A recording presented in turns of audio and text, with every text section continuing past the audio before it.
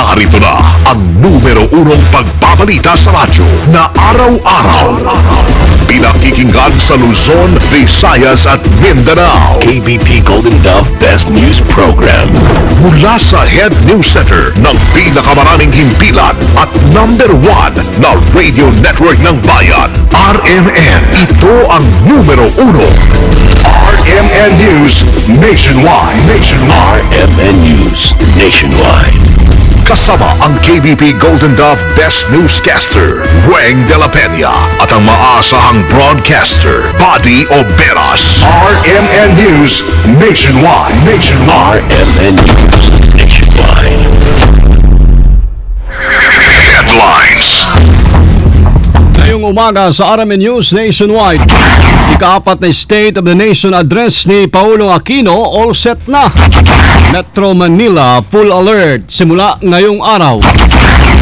Testigo sa pagpatay sa leader ng Osamis Robbery Group hindi na mahagilap ng NBI. Pagsasailalim sa Witness Protection Program ng DOJ sa 2 testigo sa pork barrel scam. Pinag-aaralan pa ng DOJ. Pinag-aaralan po namin yung kanilang threat level at yung kapasidad nila na protektahan yung kanilang sarili. 300 sa mahigit 6,000 magsasaka na Hacienda Luisita nabigyan na ng lot allocation certificate. Headlines. Palitang negosyo NFA nagbibenta na ng mas murang bigas. At bayong dagat 6 na bagong kaso ng SARS-like virus na itala sa Middle East. Buong pagsasarang boses ng balita. RMN News Nationwide. Ikaw ba ay tutungo ng Cagayan de Oro? For the best hotel accommodation, stay at the VIP Hotel because you are a VIP. Ang pinakamalaking mga balita, abot sa bawat Pilipino, saan man sa bansa. RMN News Nationwide. Mabuhay Pilipinas, umaga po ng Biyernes ngayon, July 19, 2013. Ito ang numero 1 ng RMN News Nationwide. Ako si Buddy Oberas. Live na live tayo sa DXRS 918 RMN Surigao, DXDR 981 RMN Dipolog, DXMB 648 RMN Malaybalay, DCWT 540 RMN Baguio, at sa Power Radio 94.1 RMN Daet. Live pa rin tayo international by www.rmnews.com at WRMN New York, USA. At sa lahat po natin mga number 1 AM stations sa buong bayan. Mga kasama, all set na ika-4 na State of the Nation Address o SONA ni Paulong Noynoy Aquino sa Batasan Pambansa Complex sa Lunes, July 22.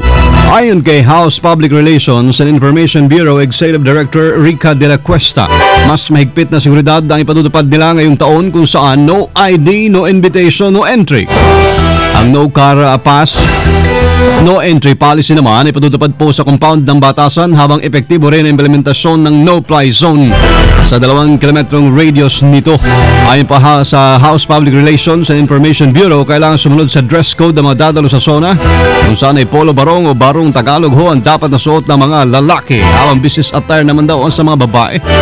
Samantala, maaari lamang mag-set up ang mga miyembro ng media na mag-cover mula alas 7 ng umaga hanggang alas 5 ng hapon. Kaugnay niyan, isasalalim na sa full alert status ang buong Metro Manila simula po ngayong araw. Ayon kay NCRPO Director Chief Superintendent Marcelo Garbo, wala silang nakikitang babaguhin sa inihandang security measures para sa SONA ni Paulong Aquino. Subalit, anumang oras at kung kinakailangan, maglalatag sila ng panibagong hakbang at gagawin. Magsasagawa naman ng final coordination at dry run ng mga kapulisan sa darating na linggo, isang araw bago ang SONA. Bukod dito, 500 sundalo rin ang i-deploy ng Armed Forces of the Philippines para sa SONA sa Lunes. Sa kaugnay na balita ay nasa 5,000 pulis ay ikakalat ng NCRPO para sa SONA. Kasama natin sa balita live, Joyce Adra. RMN Report. Epektibo ngayong araw ito ay naka-full alert na ang buong persa ng NCRPO. Bahagi ito ng kanilang paghahanda sa State Nation Address ng Pangulong Aquino sa Lunes. 5,000 pulis ang ipapakalat ng NCRPO sa Lunes. partikular na bamatay ng mga otoridad ang mga militanteng grupo na susunod sa Batasan Complex. Tinayak din ng NCRPO na magpapatupad sila ng maximum tolerance sa mga rallies. Kasama mo sa NCRPO, Joyce Adrat, RMA. Radyo mo nationwide. Human Rights Officers, ipapakalat din sa araw ng SONA. Kasama natin sa balita, Raya Mamogay. RMN Report. Kapag hindi maakusahan ng paglabag sa karapatang pantao, magpapakalat ng Human Rights Officer sa SONA ang National Capital Region Police Office upang masusing mamonitor ang kanilang hanay. Video camera umano ang gagamitin ng NCRPO upang matukoy kung kanino posibleng magmula ang gulo ngayong SONA. Sinabi ni NCRPO Director Chief Superintendent Marcelo Garbo na 11 Special Sub-Task Group o SSTG ang ipapakalat sa kahabaan ng Commonwealth, habang 5 Human Rights Affairs Officer ang itatalaga sa isang SSTG. Paglilinaw ni Garbo, hindi lang hanay ng mga pulis ang babantayan ng SSTG, kundi maging ang hanay ng mga rallyista. At dahil sa paniniwalang hindi nagsisinungaling ang ebidensya, inihayag ng opisyal na kanilang pagbibitbitin ng video camera ang bawat team ng Human Rights Officer na i-deploy sa bawat SSTG para matumbok kung talagang sino ang pagmumula ng gulo sa kasakaliman kapag nagsimula na ang kaliwat kanang protesta sa Lunes. Kasama mo sa Campo Crame, Rhea Mamogay, Tatak, RMN. Radyo mo nationwide. Kasama, hindi na po mahagilap ng National Bureau of Investigation ang witness o testigo at ang pamilya nito na nakakita umano sa pagkamatay ng mga leader ng Osamis Robbery Group. Ayon sa report noong hating gabi ng Miyerkules, nagawa pa may pagkita ng mga tauhan ng NBI sa pamilyang nakatira sa may National Highway sa may barangay San Antonio, San Pedro, Laguna kung saan nangyari ang insidente. Sa Commonwealth Avenue sa Quezon City sila nagkita, pero bigla na lamang dumating sa lugar ang tiyatay nasa 20 miyembro ng QCPD kung saan nagkaroon pa umano ng tensyon sa pagitan ng NBI at mga pulis. Sa huli ay nagdesisyong sumama na mga witness sa mga pulis para magpasama sa isang bahay sa Caloocan, pero nang puntahan ng mga tauhan ng NBI, wala na ito doon. Ay pagkita rin sana umano mga ito sa NBI kahapon, pero hindi rin sila dumating sa tanggapan sa Maynila. Sinasabing hindi na rin makontak ang cellphone ng pamilya. Ayaw namang idetalye pa ni Justice Secretary Laila de Lima ang eksaktong sitwasyon ng mga witness dahil sa patuloy na investigasyon dito. Una nang tumaluwas sa kwento ng mga pulis ang salaysay ng binatilyong nakakita mo sa pagkamatay ni Enrique Cadavero alias Cambal at Wilfredo Panungalinga Jr. alias Kurot. Pinag-aaralan po ngayon ng Department of Justice kung isasailalim sa Witness Protection Program ang 2 testigo na handang lumantad naman sa nalalaman sa 10 billion pesos na pork barrel scam. Yan ang kinumpirma sa interview ng RMN kay Attorney Levito Baligod, abogado ng whistleblower na si Ben Hurloy, kung saan sinabi pa nito na ang 2 testigo ay dating presidente ng foundation ni Janet Lim Napoles. Sinasabing utak sa pork barrel scam. Nilinaw po na abogado na nasabi mga testigo ay walang kinalaman sa operasyon ng kumpanya ni Napoles. Pinag-aaralan po namin yung kanilang threat level at yung kapasidad nila na protektahan yung kanilang sarili, at nakikita ko personal po naman at kumbinsido rin yung mga ibang mga witnesses natin na sa ngayon panalang pangalagahan yung kanilang seguridad. Gado, kontento ho ba kayo sa galaw ngayon ng gobyerno sa usapin nito?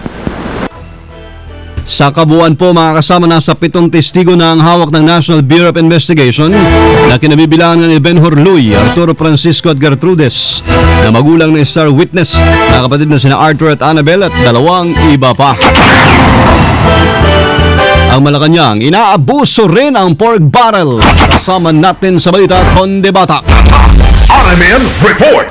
Ilan pang kongresista ang nanawagan ng abolisyon sa Priority Development Assistance Fund o mas kilala na pork barrel. Ayon kay Gabriela Representative Emmy De Jesus, hindi lamang kasi ang mga mambabatas ang umaabuso sa pork barrel, kundi maging mismo ang Malacanang. Sinabi ni Ilaga na ginagamit ng palasyo ang pork barrel para makontrol ang Kongreso at ang mga batas na nais ipasa at ibasura. Umaalma si De Jesus na nawawalang saysay ang independence ng legislasyon dahil sa panggigipit sa pork barrel. Dismayado din ito sa hindi patas na pagre-release ng PDAP dahil may mga kasamaan din siya sa Kongreso na hindi nabigyan at hindi kompletong nakatanggap ng kanilang pork barrel dahil sa kumukontra ang mga ito sa Pangulo. Kasama mo mula sa Kamara, Conde Batak, Tatak RMN. Radyo mo, Nationwide. Pork barrel pa rin. Pondo ho ng pork barrel na mga mababatas pinumungkahing ilaan na lamang sa trabaho at pabahay. Kasama naman natin sa balita si Angel Ronquillo. RMN Report. Iminungkahi na isang opisyal ng Catholic Bishops Conference of the Philippines na gamitin ang pork barrel funds sa mga mamabatas para magkaroon ng trabaho at pabahay ang mga marayos ng tagalungsod. Ipinagtataha kasi ni CBCP Episcopal Commission on Migrants and Itinerant People Executive Secretary Father Edwin Curos kung bakit na idinadaan pa sa mga mamabatas ang pera ng bayan na napupunta lamang sa katiwalian. Naniniwala pa ang pari na higit na mapapakinabangan at hindi masasayang ang pondo kung direktang ilalaan ito sa urban housing program at nagtrabaho sa Pilipino. Sinabi pa ng pari na bukod sa para-resolve ang problema sa demolisyon ay unti-unti din mapipigilan ang migration ng mga Pilipino sa abroad para maghanap ng trabaho. Kasama mo sa lungsod ng Maynila, Angel Ronquillo, Tatak RMN. Natukoy na mga kasama ng Commission Audit ang may 10 ahensya ng gobyerno na sinasabing konektado sa mga peking non-government organization. Ayon kay COA Commissioner Heidi Mendoza, kabilang ho sa government agencies ang Philippine Forest Corporation o PhilForest, National Agribusiness Corporation o NABCOR at iba pa. Sinasabing ang peking NGOs ito na kinabang sa multi-billion pork barrel na mga mambabatas. Magandang balita. Nabigyan na po ng lot allocation certificate ang 300 mula sa higit sa 6,000 benepisyaryo ng Hacienda Luisita sa Tarlac. Si Department of Agrarian Reform Secretary Virgilio de los Reyes Pang nanguna sa raffle sa barangay Kutkut. Gamit po yung tambiolo kung saan umabot sa 640 beneficiaries ang dumalo. Naroon naman si Father Francis Lucas, Executive Secretary ho ng Episcopal Commission on Social Communication and Mass Media ng CBCP para obserbahan ang nasabing aktibidad. Tinatay na sa 6,000 at 600 square meters na lote mula sa buwang 4,099 hectares ang tatanggapin ng mga benepisyaryo ng Hacienda Luisita. Tiniyak naman ng DAR na makatanggap din ang mga natitira pang magsasaka na hindi po nabigyan kahapon. Naasahan mula Agosto hanggang Setyembre ngayong taon, may papamahagi na sa mga benepisyaryo ang kanilang land ownership certificate.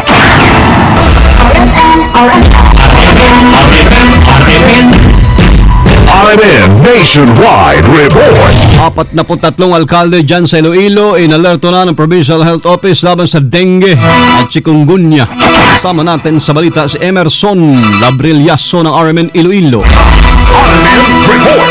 Inalerto na ng Iloilo Provincial Health Office ang 43 local chief executives sa lalawigan ng Iloilo sa dalawang sakit mula sa kagat ng lamok upang mapigilan ang outbreaks. Ayon kay Dr. Patricia Grace Trabado, IPHO Chief, may 714 na bagong kaso ng dengue hemorrhagic fever ang naitala mula July 7 hanggang 13 at may 15 suspected cases ng chikungunya. Sa ngayon, may 2,920 na kaso ng dengue na naitala ang Iloilo Provincial Health Office. 14 ang patay mula January 1 hanggang July 13, 2013. Una nang ipinag-utos ni Governor Art Defensor sa lahat ng government hospital sa lalawigan ng Iloilo na gawing libre ang panggagamot sa lahat ng dengue cases, kasama na ang pagkuha ng blood samples o CBC.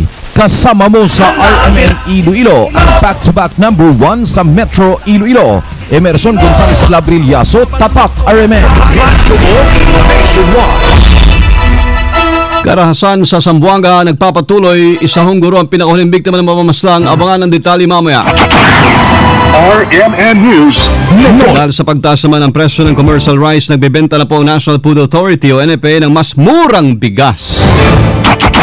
Sa mga paunahing pamilihan, nagkakalaga lamang ng 27 pesos yung iron fortified regular milled rice, habang 32 pesos naman ang well-milled rice. Di hamak daw pong mas mura kung ikukumpara sa commercial rice ang nagkakalaga ngayon ng 34 pesos hanggang 43 pesos ang kilo. Nagbungkahi ang pamahalaan sa mamamili na subukan ho ang NFA rice para mas makatipid ho sa kanilang mga gastusin.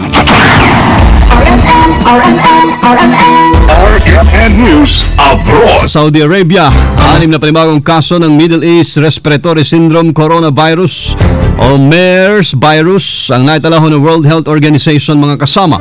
4 na babae, 2 lalaki na nasa edad 26 hanggang 42 ang pinakahuling naitalang nagpositibo sa naturang virus. 5 sa 6 na nahawahan ng virus ay mga health workers pa. Habang isa naman ay isang lalaki na nakasalamuha ng isa pang positibo sa naturang SARS-like virus. Dahil dito umabot na sa 88 ang kabuang bilang po ng mga naapektuhan ng sakit sa buong mundo, kung saan 45 sa mga ito pumanaw na.